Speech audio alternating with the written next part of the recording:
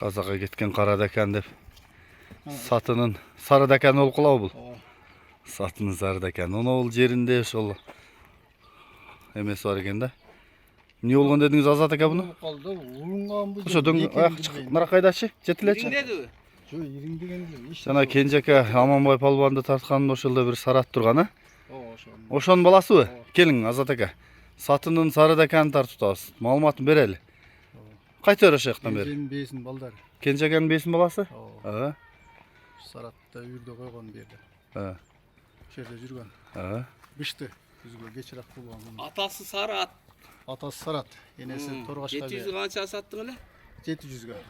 Ошентип айтып бер. Азыр бедияр чаап жүргөн Саратпы? Чаап жүргөн Сарат. Эмелер видеолорун таштап коем. Атасын. Бунуңуз кеч күздө туулган кулумбу? Сентябрьский. Мингиби? Минги о.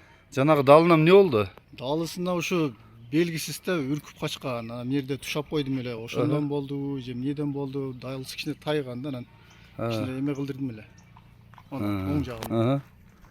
Топчулаттым. Аксабайт деле ошо башынан эле ушундай болду. Бирок топчулатып койдуңуз. Топчулаттым айып калды.